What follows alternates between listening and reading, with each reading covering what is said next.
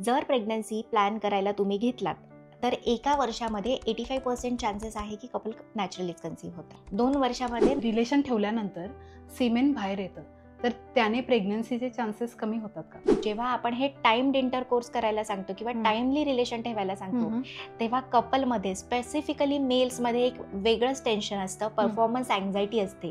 So ती सुद्धा overcome होण्यासाठी आपण सांगतो की इंटरकोर्स करते वेळी पोझिशन कशी असावी? 10 minutes fast walk, then 10 minutes slow walk, again 10 minute brisk walk असं करू शकता. त्याच्यानंतर cardio is also very good for fertility. आणि जर काहीही जमत नसेल तर बेसिक स्त्रियांनी आपला फर्टाईल पिरियड कसा ओळखावा? सीमेन अनालिसिससाठी साधारणतः दिवसाचा सेक्शुअल ॲब्स्टिनन्स पाहिजे.